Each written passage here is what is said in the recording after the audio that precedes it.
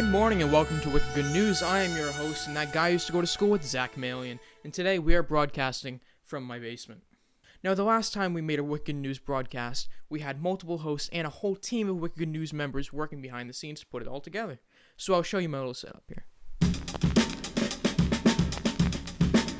Now, let's talk about that 8,800-pound elephant in the room, the coronavirus. The coronavirus has affected us all in many ways. There's no way around that. Many school events have been put on hold, if not canceled. Around the world, there are over 2 million cases of the coronavirus and over 22 million people currently unemployed in the United States alone. But I think it's time to check out some coronavirus memes. COVID when it sees two people 5 feet 11 inches apart from each other. When we're finally off lockdown in 2025 and I see another human being. As you can see here, this person skipped the face mask, went right for the computer monitor.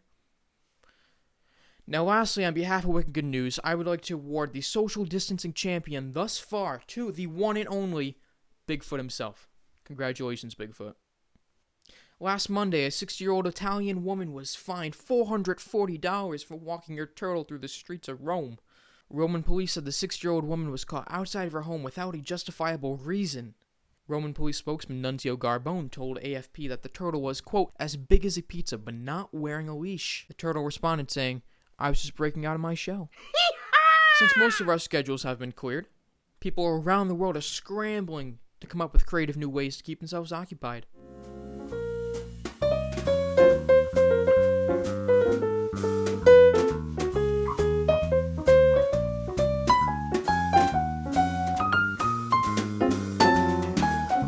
Another way people are staying occupied has been through food. People are cooking their way through the coronavirus, creating many new and creative dishes. Luckily now we have our Wicked Good News house chef, James R. Hanlon, to walk us through one of his favorite breakfast foods. James? Hello, I am James Hanlon from Wicked Good News, and today I'm here to show you how to cook an omelet. So to start off, you'll put what you're going to put in the omelet. For me, I chose to have some nice red bell pepper, along with a little bit of onion. What's great about an omelet is you can add in whatever you want or take out whatever you don't like, so you can choose whatever ingredients suit you. So first, I chopped a chunk of the red bell pepper, and I'm just going to dice that thing up nice and thin, so that way it blends well into the whole meal.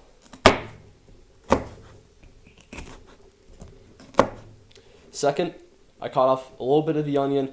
I used only about a quarter of it since I'd like to go a little bit lighter on it. Might not even use that much, and I'll dice that as well.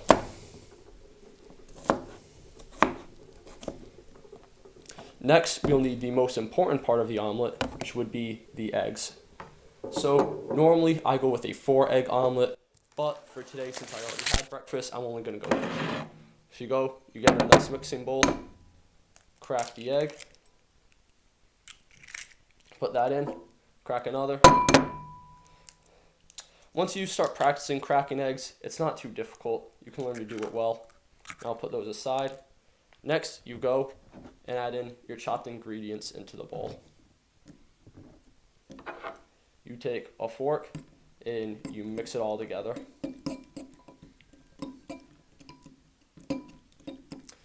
Next, what you're going to want to do is go pour this in a frying pan, give it just a few minutes, fold it in half, and voila, you have a perfect omelet. Thank you, James. However, if you're not the best chef and you don't know the ingredients to a peanut butter and jelly sandwich, you may be more interested in the restaurants that are now offering takeout-only services. Recently, in the Culinary Content Network website, the Daily Meal had researched the most ordered foods through Uber Eats by state. Some of the results include New Jersey with the chicken sandwich, Indiana with waffle fries, and Rhode Island with the hot dog. But if you're searching for some restaurants in your neck of the woods that offer these takeout services, Autumn Casey has the latest. Hi, so one thing that I found to be particularly difficult during all of this is finding restaurants that you typically would enjoy more that are still offering delivery and takeout. So I wanted to share with you guys a couple of options and restaurants that I found were still open that I've been eating from that are my absolute favorites. The first one that I actually ate at was Lotus, which is a Thai food restaurant in North Smithfield. They do deliver within 5 miles. And they do curbside pickup as well. And then Condesa is probably my absolute favorite Mexican restaurant in the area, and they do delivery sometimes when I asked them about it, they had just mentioned that if you ordered enough items, they'd be more willing to deliver. And of course, that's only on days that they have enough staff to do so. Otherwise, they do have takeout. And then Plant City is a very popular option right now. They do deliver within 10 miles. And otherwise, there's curbside pickup, or they have like special designated areas for people to stand and wait for their order to come out.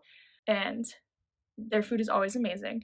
And then Wara Wara, I just recently found out, is still open. I haven't been able to try it yet, but it is a really, really good restaurant that has ramen and a couple of other really interesting dishes that you don't typically get to try. So you should definitely give it a go if you're interested.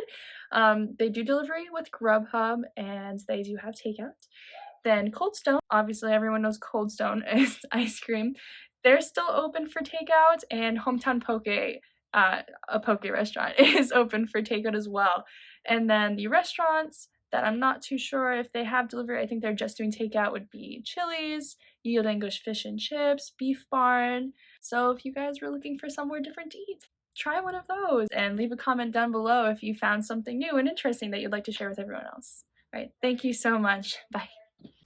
Thank you, Autumn, and thank you for watching this month's episode of Wicked Good News. You can catch us on Facebook, Instagram, Twitter, or you can check out our website at wickedgoodnews.org. Until then, stay safe and wash your hands. We hope to see you soon.